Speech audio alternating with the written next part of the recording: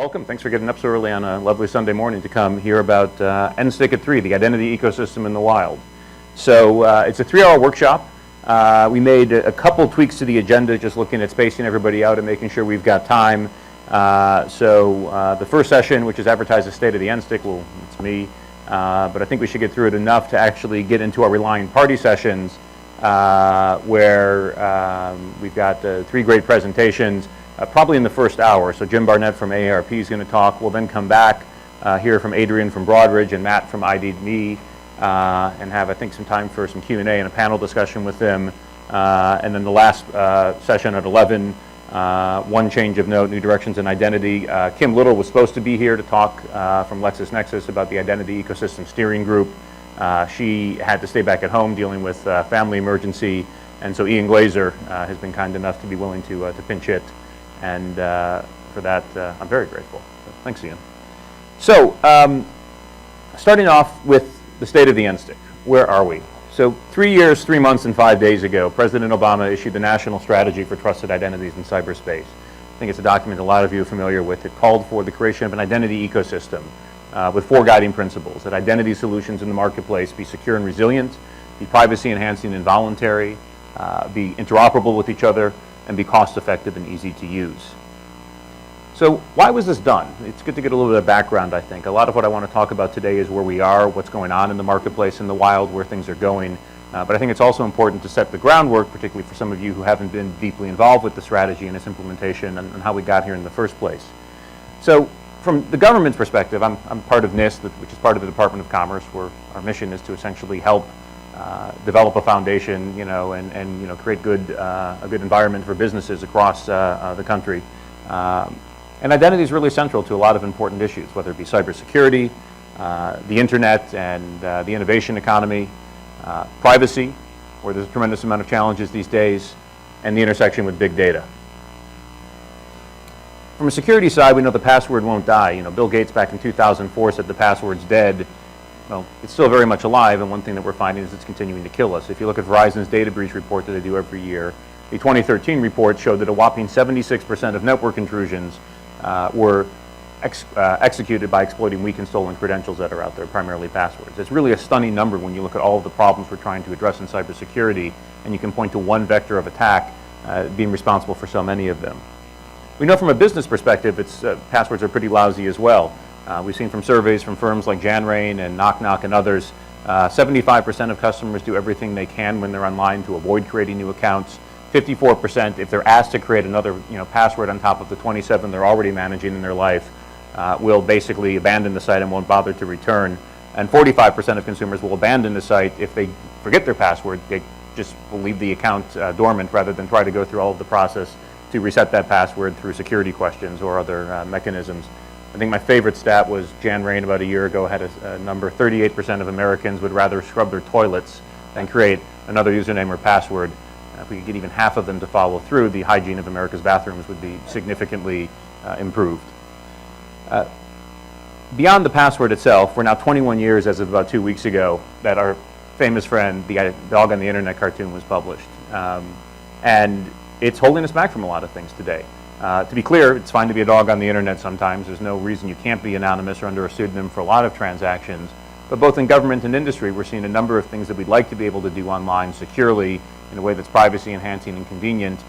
And we can't if the online service provider doesn't actually know that the person on the other end is really who they claim to be and isn't the proverbial dog. And this whole big data and privacy thing is causing some issues. It's creating tremendous opportunities, first of all, in terms of all sorts of new economic models, business models that are coming out as we're starting to unleash data and analyze it and start to come up with new business ideas around it.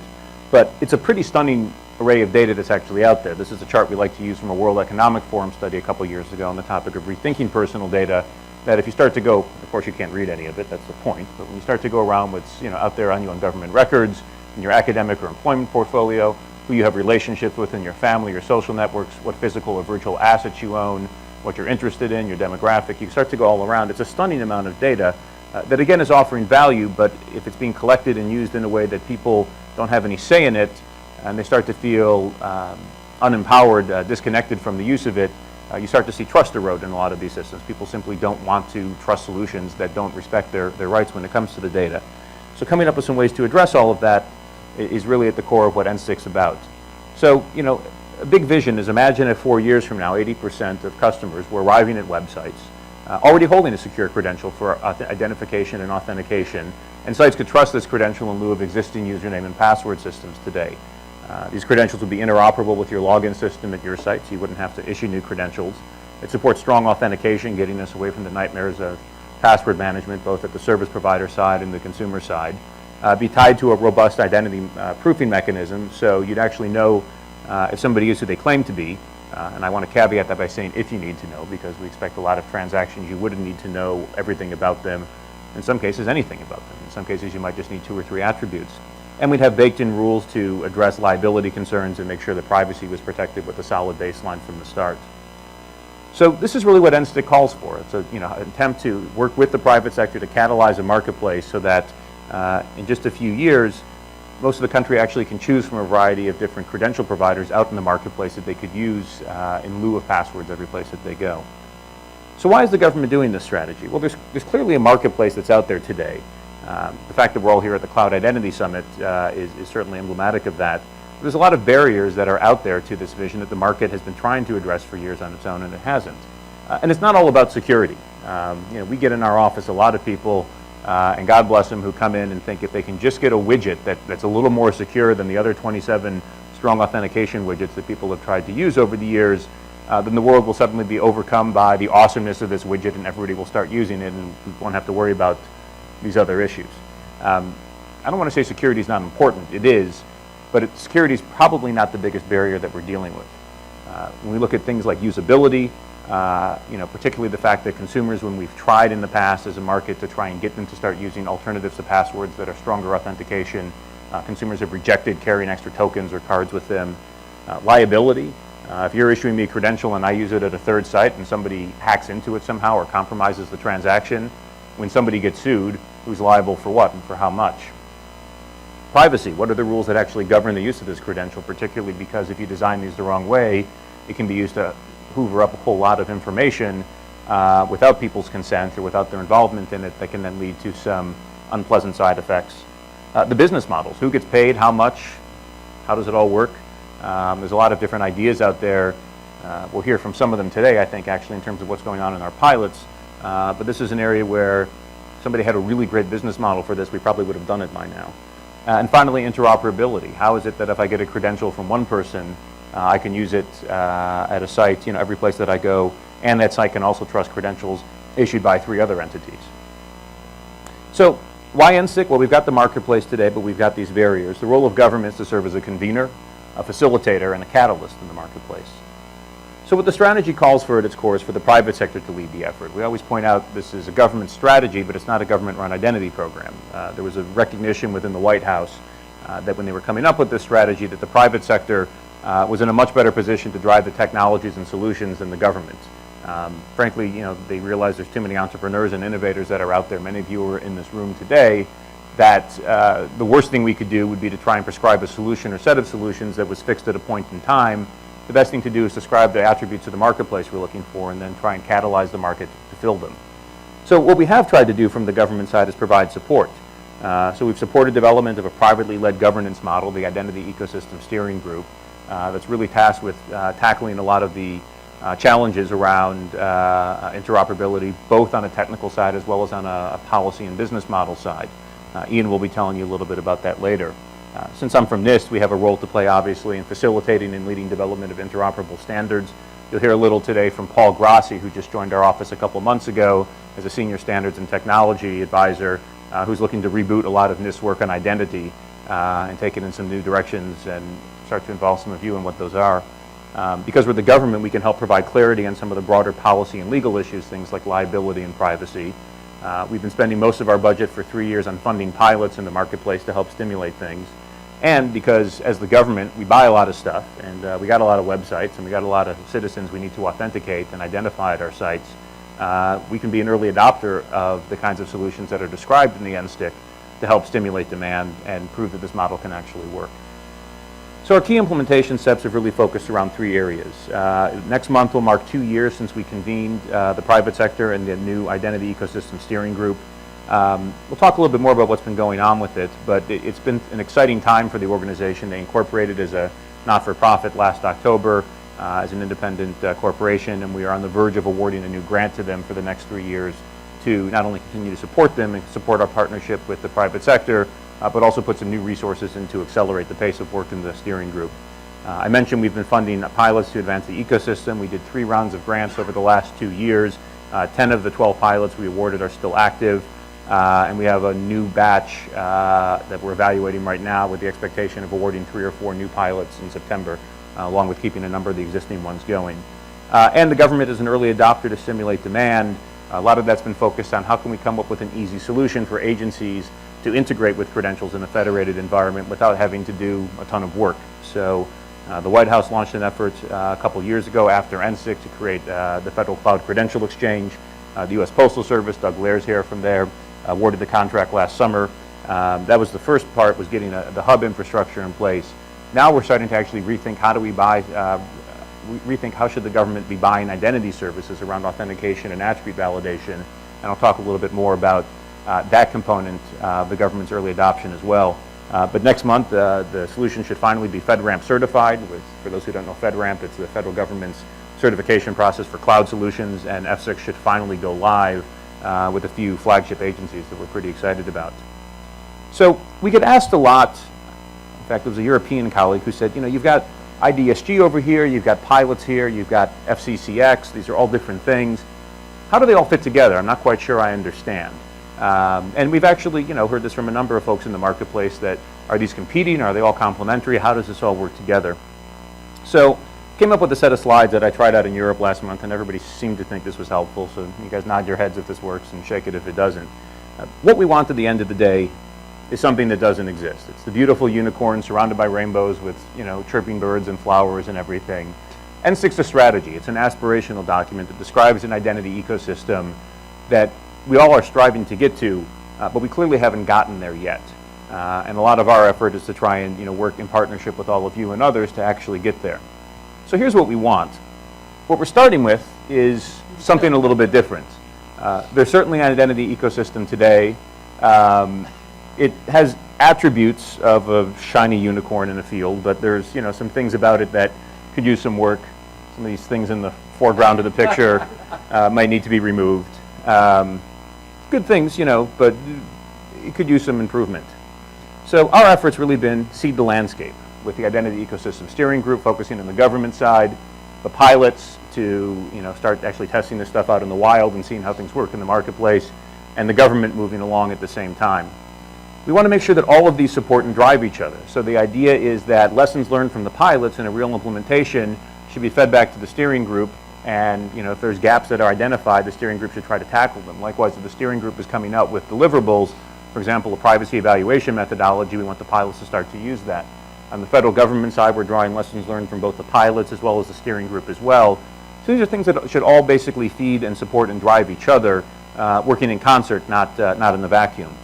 So over time, we think as good things happen there, they'll each grow, and voila, in a couple years we'll have this shiny unicorn, which, you know, should be pretty cool. So where do we stand? Somebody asked me, can you use that slide in the government? The answer was absolutely. So where do we stand? Well, for starters, I always talk about coming in with reasonable expectations. You know, I point out NSTIC. One thing I'd like to talk about a lot. I'm an old political science major from, you know, 22 years ago. And, you know, I learned a lot about legislation and regulation, even executive orders, those things that the government can do to essentially force change, you know, in the country. I never learned about strategies, and that's because they didn't really exist and they're not used that much, and they don't actually have a lot of weight at the end of the day when it comes to policy. NSTIC is a strategy that is signed by the President of the United States, and it's worth something, certainly as a declaration of what the government's policy is on this. But we don't have a forcing function. We don't really have a carrot or stick. And so, you know, coming into this a few years ago, from my perspective and our office's perspective, it was important to come in with some reasonable expectations and know that while we want to do something really awesome, we're not going to get there overnight, and we're going to have to spend a lot of time, you know, working with the private sector to get there. But the slide's also really good as we focus on things that are awesome, to focus on what is going on in the marketplace today, which is all of you doing stuff, and you'd be doing a lot of it with or without NSTIC, although we like to think that we've had some influence in shaping it. So we can have some fun here. Who wants to be the different Star Wars, you know? So I think Ian can be Han Solo. Who wants to be Luke? All right, Matt's going to be Luke. Who wants to be Vader? Tebow would be Vader. So pretty good pose. The helmet's actually with the, anyways. Chewbacca on the drums. Somebody. All right, Adrian back there. So there's an awesome array of people in the private sector who are already making awesome music together and doing some great things to advance the marketplace. What we really want to do is help and conduct this awesome orchestra and, you know, shape it and move it and influence it in a certain way. Frankly, it's the best way we can get something done, is working with the private sector to harness all of your ideas and innovation and help conduct it and shape it in a way that aligns with the strategy that the president set out. So the good news has been, from our perspective, as we look to catalyze this marketplace, the market has started to respond. There's some other seeds that are coming up as well.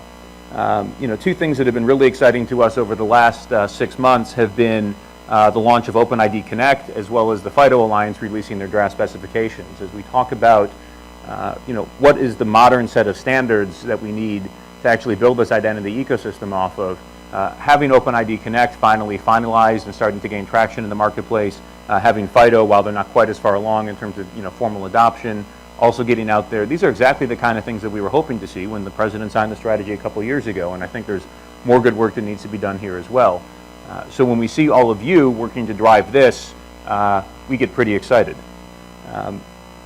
You know, also in the marketplace, it was really interesting to see back in April at the F8 Developer Conference, Facebook announced some changes to their login product. For years, people always talked about Facebook Connect as being the anti-NSTIC, which may have been a little harsh, but, you know, it was something that didn't offer user choice. It was a whole slug of attributes that had to be shared with you having no say in it. And they announced two products, Anonymous Login, as well as updating Facebook Login to essentially put radio buttons in place that will allow consumers to choose what specific attributes are shared with relying parties when they're logging in. Which, if any of you have had conversations with that company, you realize was a pretty significant change based on where they'd been. They're doing NSTIC. That's another discussion, but we see this as a real shift in terms of how firms are starting to look at the marketplace that we view as, you know, quite exciting. And, you know, two-factor authentication we've seen really, you know, grab hold a lot of places as well. This was a headline from Wired a little over a year ago that was probably my favorite headline of 2013.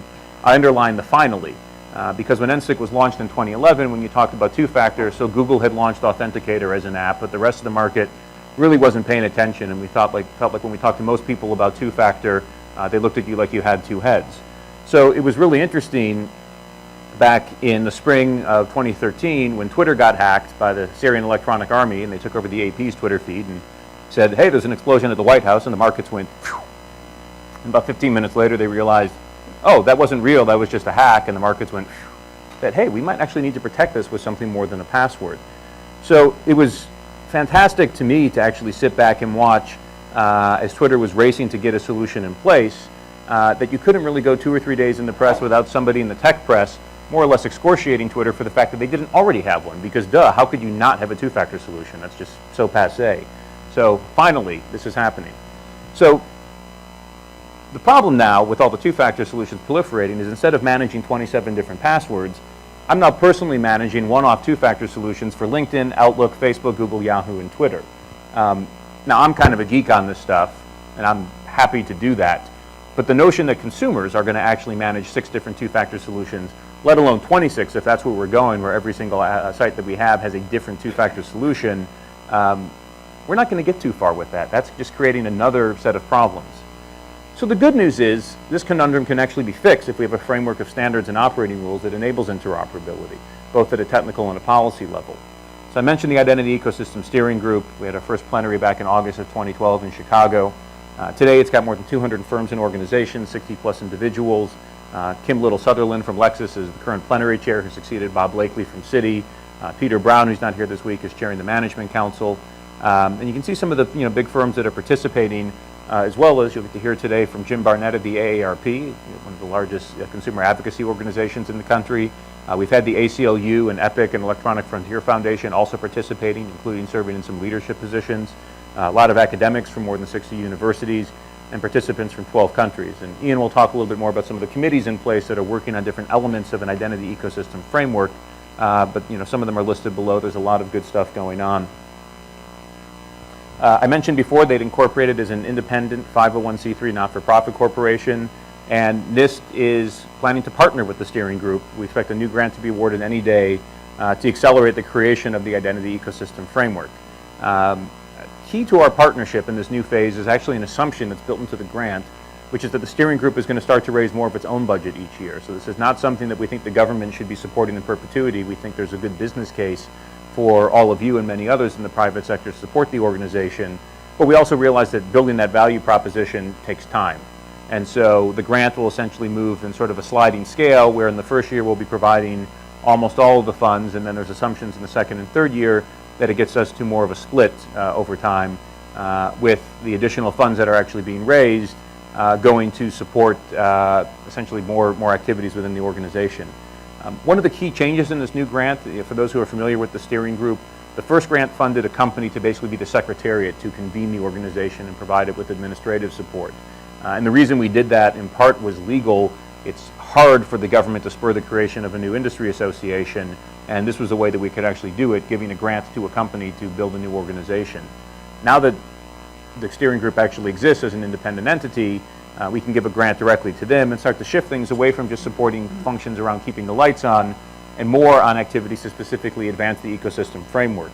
So one of the things that we'll be funding within the steering group over the next year is the creation of a new framework management office that'll be charged with coordinating activities across different committees in the steering group and providing it with specific resources and subject matter experts to accelerate the pace of deliverables. We can't just depend on an all-volunteer army to get this done quickly. It's a national priority, and we feel like from the government's perspective, we need to put some additional resources behind it in order to drive things forward. And the goal, as Ian will tell you a little bit later today, is version 1 of a framework by the end of the year. We've got 11 pilots advancing the ecosystem. We had awarded 5 last year in 2012, another 4 in 2013, and then 2 state pilots, one to Michigan and one to Pennsylvania, that came in through some funding from another White House program called the Partnership Fund for Program Integrity Innovation, that's basically focused on making grants to the states to help them modernize their benefit programs. The next round of pilots, I think I mentioned earlier, we are evaluating now. We're expecting awards to be made in September. Something that's interesting about our pilots, and you're going to get to hear from them in a few minutes, is that our solicitation, rather than asking for a specific kind of solution, instead talk about the barriers that we saw in the marketplace. And we've tried to focus on essentially spurring proposers to come up with innovative ideas that could address some of these barriers, rather than respond to a specific set of use cases or technology challenges that are out there. And we've been real excited about the quality of proposals we've gotten through 3 rounds of pilots, in that by talking about some of the problems we see and the outcomes that we want to see and leaving it to industry to figure out the best way to approach it, we think we get a lot more innovation than if we were to describe something more specific in terms of what we're looking for. So the pilots are starting to have some impact. It's funny, when the pilots were awarded in September 2012, I think we'd been out about 2 weeks, and we got a letter from, let's just say, somebody on Capitol Hill who wanted to know, what has the impact of the pilots been? And the answer was nothing. Just awarded them a couple weeks ago, and these things are going to take some time to develop. We expect them to have some great impact in a year or two, but you're not going to see anything for some time because we pick some ambitious pilots that are trying to do some ambitious things. Oh, and some of them are probably going to fail, and they should, and that's okay. But now that we're coming up on not quite 2 years, we're really starting to see some great impact. So thanks to the Internet 2 pilot, where we funded the deployment of smartphone-based multi-factor authentication, Internet 2 took that and created what they've called the MFA Consortium, where there's more than 140 universities that are now deploying in some form or another smartphone-based multi-factor authentication. Some are doing enterprise deployments, some are just doing pilots to kick the tires and figure out how to integrate with it. This is a pretty big change in the university community. As you'll hear from ID.me a little bit later, more than 300,000 veterans can now access online services from more than 70 organizations without having to share any documents to prove their veteran status that are containing sensitive personal identifiable information. And pretty soon they'll actually be able to use those credentials to also log into government sites like the Department of Veterans Affairs. One area we deal a lot with online challenges with kids, where we have this piece of legislation called COPPA, the Children's Online Privacy Protection Act, that makes it really tough for websites to offer anything to kids, because if they're collecting any data on them without authorization from their parents or meeting other rules, they can get in a whole lot of hot water. So we, through a company called Priva that we funded last year, we've now had, through this pilot, more than 180,000 kids have actually been authorized by their parents online in a way that complies with COPPA. In fact, the FTC has given this company a safe harbor, so if your website needs a solution on COPPA, if you contract with them and use their solution, you essentially have protection. They're using this to access content at websites. You'll hear a little bit from Adrian Chernoff talking about how a new joint venture between his company Broadridge and Pitney Bowes has launched, that's targeting 140 million customers for secure digital delivery of financial services content. And this is being enabled by the ID Data Web pilot that we funded 2 years ago. There's an identity portion that's really important to it, and they're leveraging that solution from the pilot. And by Labor Day, Inova Health Systems, who's the largest health network in Northern Virginia, or I think in the whole state of Virginia, they've got more than 2 million patients under care. They're going to launch a pilot to enable about 1,500 patients for starters, although their CTO is already talking about how to expand this, to securely obtain their personal health records online, leveraging validated attributes from Virginia's DMV. The idea here is, how do you actually know that somebody's not a dog on the internet? So the Virginia DMV is now offering citizens the ability to request, when they need to prove that they are who they say they are, that the DMV transmit validated attributes that were validated when they came in for in-person identity proofing for the driver's license. So this is a way to start bringing in public sector partners as a component of an identity solution. Mind you, this is very different than the government issuing a credential. This is simply leveraging the fact that they've got validated attributes and they're letting citizens ask them to be shared. There's some other good things going on in pilots as well, but we're really excited now that this is starting to roll forward and take hold in the ecosystem. Let me talk a little bit now about the U.S. government as an early adopter. I had a slide last year, making progress in government is tough. Sometimes it feels like it's the old battle of the irresistible force versus the immovable object, which for those of you who saw WrestleMania 3, Hulkster was the irresistible force, Andre the Giant was the immovable object, and anybody what happened in WrestleMania 3? Anybody recall what happened when these two met? He body slammed. The irresistible force got through the immovable object. So government's the immovable object sometimes, but we're being the Hulkster. We're doing some good things, which is good because the need's never been greater. So the Government Accountability Office a couple months ago came out with a study showing that the number of government data breaches from 2009 to 2014 was up more than 100%, up 144% during that time. So at a time when we're actually looking at trying to bring even more applications online, trying to harness the open data movement, give citizens, consumers more control over their data, we want to release more data, but there's a risk that's out there because a lot of this data is actually, as we're seeing, susceptible to breaches. So, generally speaking, sharing data is good. We want to be able to share data with people. And sharing personal data is really good with the right person. And so we have a number of initiatives in the government around the My Data initiative, the blue button for health, the green button for your energy usage, Get Transcript Online, which is an app that the IRS has put out to be able to get your IRS tax information, and the My Data button personal learning profile from the Department of Education. We're excited to be enabling these things, but as we're deploying them, it's really important that when you keep in mind that data breaches are up, and this is how so many of them are actually being executed, we really want to make sure our new data sharing efforts don't increase this. If we're building brick houses with straw doors, then they're not really solving any problems. So agencies really need a common solution to address this, and it really can't be a custom solution for them. They need something that is actually consistent to the citizen. So the first thing they really need is something that tells each app, is this person really Jeremy Grant if they're claiming to be? How do you authenticate them? And since I'm a government agency with a lot of citizens that I'm doing business with, I've got 79 Jeremy Grants in my system. Which one is he? They need a few validated attributes to actually handle identity resolution. And it turns out there's a lot of Jeremy Grants out there. So I went on Facebook on Friday to see how many were out there. So here's me. If you're looking for me online, I'm dressed up as DJ Lance Rock. This is from an excellent Yo Gabba Gabba live concert a couple summers ago.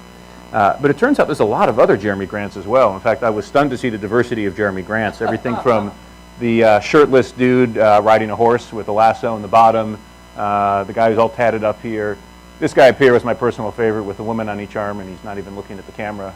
He's got his mind on other things. I thought I had a good hat, but some of these guys had some real good stuff going on.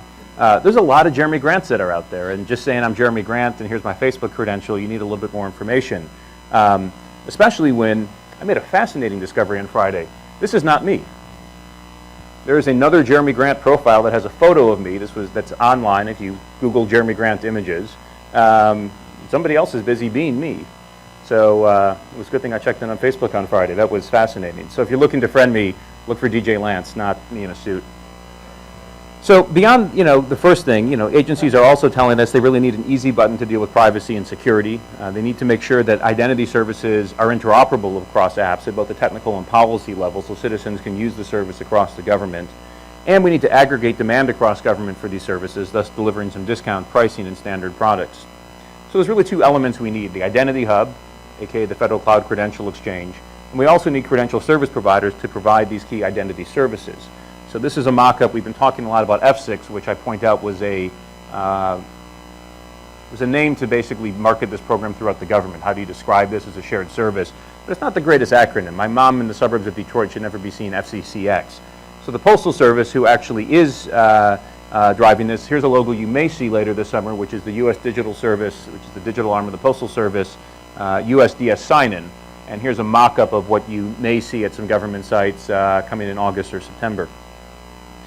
In terms of why the hub is needed, we've talked about this before. If I've got a half dozen credential providers on one side and a half dozen agencies on another, they just don't want to go through the trouble of building one-off connections every time. In fact, they've told us they just won't. And as the number of FICAM certified credential providers continues to grow, agencies are getting overwhelmed and they're not quite sure what to do. So F6 was actually something that was designed by them. They said, we'd love to simplify this. How can we just outsource the heavy lifting of integrating with these guys to the cloud, and we'll connect once, get a SAML assertion no matter what the protocol is that's being used at the credential provider, and have an easy way for agencies to accept a whole range of different credentials. It's worth noting that privacy is built in at the heart of the Federal Cloud Credential Exchange. There's a lot of concerns that, hey, if you've got this architecture, it could actually see a lot and track a lot. And so we made sure that it was designed with the vendor specifically to ensure that privacy requirements of anonymity, unlinkability, and unobservability are built in from the start. We basically put in place a double-blind architecture that will prevent tracking of credential use among identity providers and RPs. In simple terms, it means private organizations that are issuing credentials and the agencies accepting them will have no way to track where citizens are using them. We also are trying to change the acquisition model. And this really gets down to more how we're actually buying identity services. So first, we're in the process now of aggregating demand across government. If all agencies are buying a common solution, we pool demand, it drives down prices and can streamline agency adoption, particularly at a time when budgets are tight. And if we're buying a standardized service across government, we ensure that there's interoperability and reuse of identity solutions across different agencies. The other thing, and this is a bit of, some would say, radical shift in terms of what we actually want to pay for, is buying what agencies actually need, not what others think we need. So in simple terms, we don't actually need to pay credential service providers for identity vetting or credential issuance. What we need is to essentially know who you are and know which person you are. Having a credential and having been vetted is, of course, something that needs to happen somewhere along the way to have it. But if vetting and issuance happen to be done someplace else in the wild, and those solutions in the wild meet our requirements, we're not going to pay for that, but we will pay upfront for those services that actually provide authentication and attribute validation once the credential is used at a government site. So in simple terms, that means, and I'll use the example of banks, because banks are actually at level of assurance 2 under some updated guidance from GSA, now automatically qualified as a level 2 credential because of the fact that through Know Your Customer, they're doing identity proofing. Through the FFIEC regs, they are doing some at least level 2 authentication, and they have privacy rules under the Gramm-Leach-Bliley law. So I'll pick on Bob with Citi. If I've got a Citi credential that's out there, and Citi issued it to me so I can do business with the bank, but I now want to use it to log into a government site, we ought to be able to pay Citi something for those services that they'll provide around the credential, rather than pay for the credential to be issued itself. So a new RFP just came out Thursday night that's actually seeking non-PKI credential service providers and token manager services at level of assurance 2 and 3. I know a few of you in this room have been looking at this closely. Proposals are due August 18th, and this is going to be key to the launch of F6 around the same time, is making sure that there's a pool of several firms that are out there that we can point citizens to when they are actually looking for a credential to get into some of these sites. We think the Cloud Credential Exchange is on track for a lively fall. It's production ready now that FedRAMP certification's coming. We'll start with LOA 1 and 4 because that's where we've got solutions in place. Solutions that will be supported out of the gate at LOA 1 are Google, Yahoo, PayPal, and ID.me.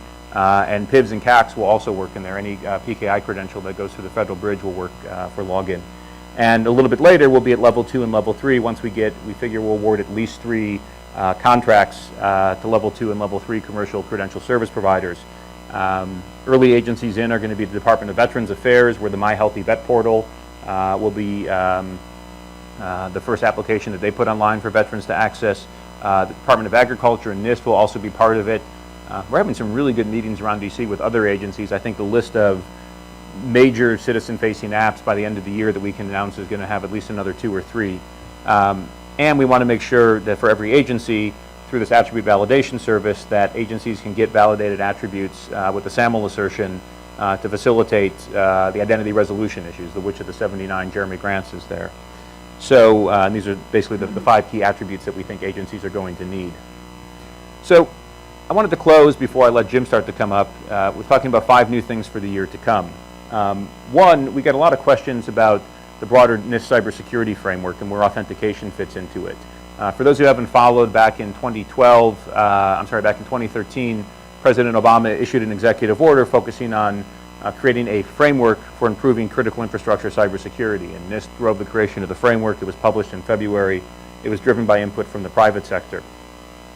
So when it came to access control, the framework actually called out some objectives and pointed to some standards for organizations to follow for identity and access, but they actually didn't specifically talk about authentication. And people have said, why?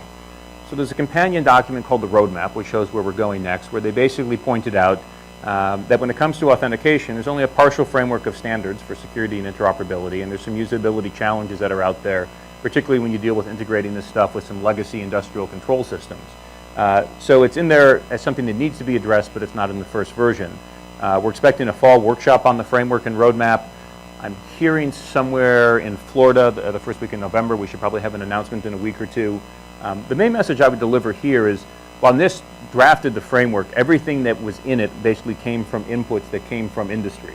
And for organizations that showed up at the workshop and essentially talked about what they thought was important, the things that they said were important from the industry side are the things that made it into the framework itself. There weren't a lot of people that talked about authentication, which I was surprised about. When we have this next round of workshops, we'd love to see more folks from the industry actually come and show up and talk about why it's important not to be using passwords to access industrial control systems and critical infrastructure. Second, we're real excited to announce some more work that we're doing around consumer outreach and education. I think one of the biggest challenges we all face collectively as we start to change the paradigm for login is how to get people to start knowing that they can go beyond passwords and knowing what the alternatives are and how they can work.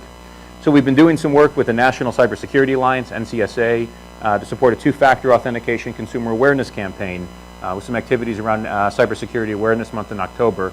NCSA, for those of you who don't know, gets funding from both government and industry to focus on cybersecurity awareness, and we're real excited that we're able to work with them on this effort for the fall.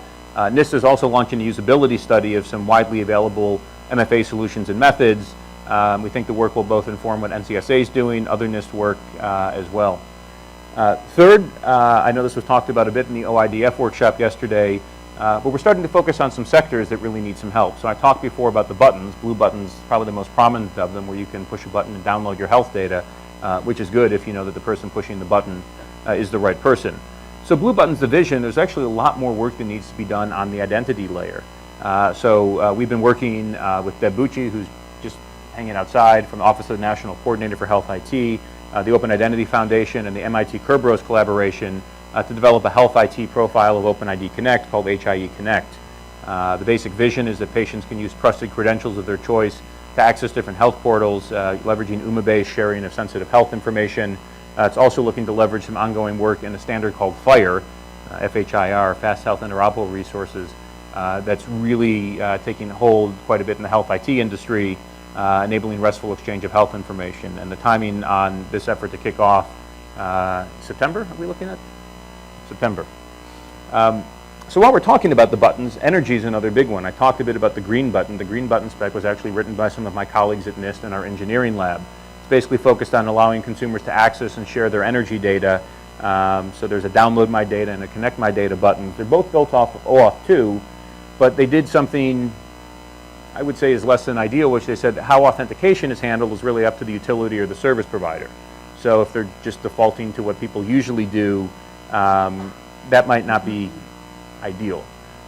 So this is an area where we've been talking that we also need an energy profile to go with Green Button. Perhaps we'll call it Green Connect. And we'd like to develop a reference implementation demonstrating best practices in authentication.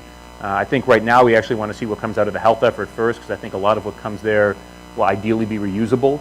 And we don't want to get too many people involved in the early discussion trying to do health and energy at the same time in case they're not. But this is clearly an area where we've got a lot of good work to do, and we're working with other efforts across the government on open data to also ensure that there's a good identity layer. Finally, I just wanted to talk about the Internet of Things. It's something that is, well, you guys all know you're in this business, is getting a lot of attention these days. And I think this is, the first CIS where there's a lot of sessions on it. And it's quite exciting, at a time when we've figured out how to secure everything on the internet. Now that we've done that, we can put a whole bunch of new devices on it. So what could possibly go wrong with that?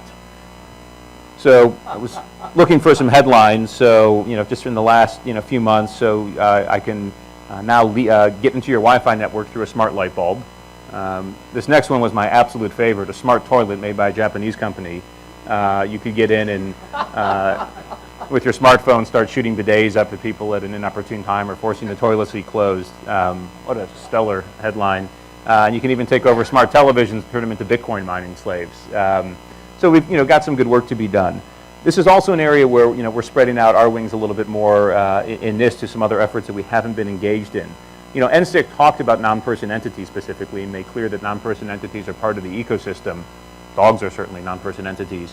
But to be honest, they haven't gotten a ton of focus. Solving the people issue is a pretty big challenge as it is. What we're looking at now is that as we're starting to see a lot of work on this ramp up, and NIST actually has a whole other office called the NIST Cyber Physical Systems office that's really working on Internet of Things. The same vision and guiding principles that are in the NSTIC are really relevant as we start building solutions to tie in all of these things. We want the solution to be privacy enhancing and voluntary.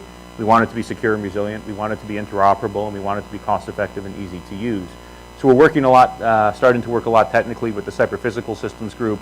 They're really interested in actually getting good input as we start to launch standardization efforts from our office, not our office, but from NIST, in working with folks like you who are great minds in the industry. There's actually a workshop that NIST is having on this topic, August 11th and 12th up in Gaithersburg. People are interested in getting engaged in some of these things. As NIST is jumping in here from the Cyber Physical office, please let me know afterwards. So with that, we're going to jump on with the show. Our next session will be from Jim Barnett. It's 9:45. We're going to move quick and keep going through, and we'll have some time for questions at the end.